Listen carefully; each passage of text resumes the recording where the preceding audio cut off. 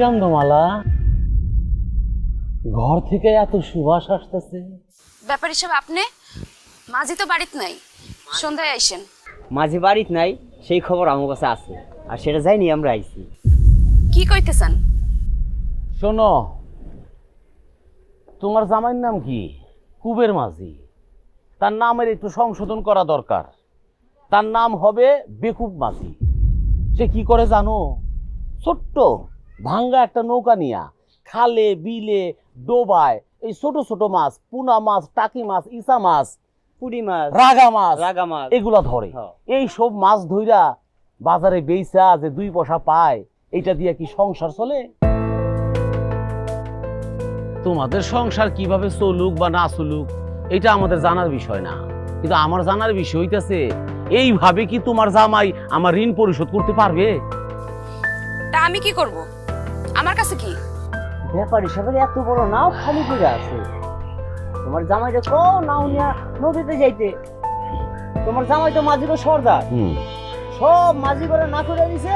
কোনো মাঝি এখন ব্যাপারী সাহেবের নাও নিয়া নদীতে যায় না। নিজে তো মরবই, এই মাঝি করে না খাওয়া মারবো। পরে ব্যাপারী সাহেবের টাকা শোধ দিব কেমনে? এইসব কথা হেরে গিয়ে কোন? হ্যাঁ, কি আমার কোনো কথা শুনে? শুনবো। শরীরের বিগারটা যখন কমবে তখন ঠিকই শুনবো।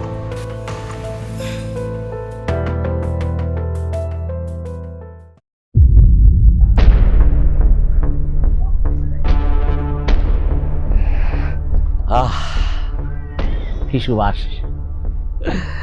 একেবারে শুকায় ঝরঝরা হয়ে গেছে। মালা, খুব ভোরে উঠা গোসল করছো না? কাপড়ে হাত দিবেন না ব্যাপারী। কাপড়ে তো হাত দিতে চাই না, কিন্তু সুবাস যে খালি টানে। শাড়ি, পেটিকোট, এই ছোট কাপড়টা কই? আর একবার আমার কাপড়ে হাত দিলে ওই হাত কাটতে আমি কত কাটা করব। ডরাইছস? ডরাইছি তো। খায় আসুস কেন? পড়া!